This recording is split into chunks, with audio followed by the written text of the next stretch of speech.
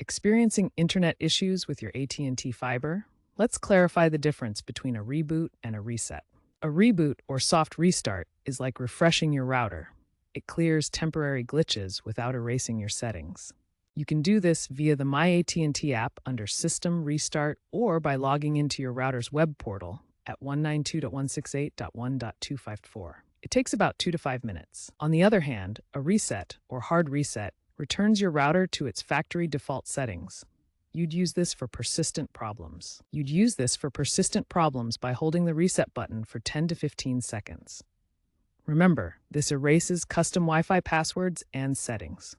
AT&T advises backing up your settings and avoiding frequent resets, as they may void custom firmware modifications. A physical restart, unplugging the router for 30 to 60 seconds, is the most basic way to fix hardware hangs. Ensure the ONT stays powered to avoid service interruption. Having Wi-Fi problems? Start with a reboot. If that doesn't work, check for firmware updates in the My AT&T app. These are crucial for security and stability. Use the app's built-in speed test to diagnose the issue.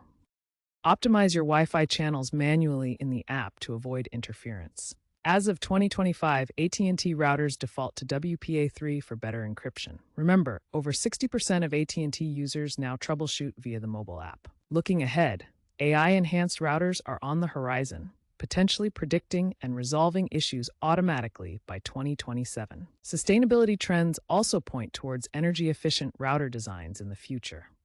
Stay updated with firmware for optimal performance.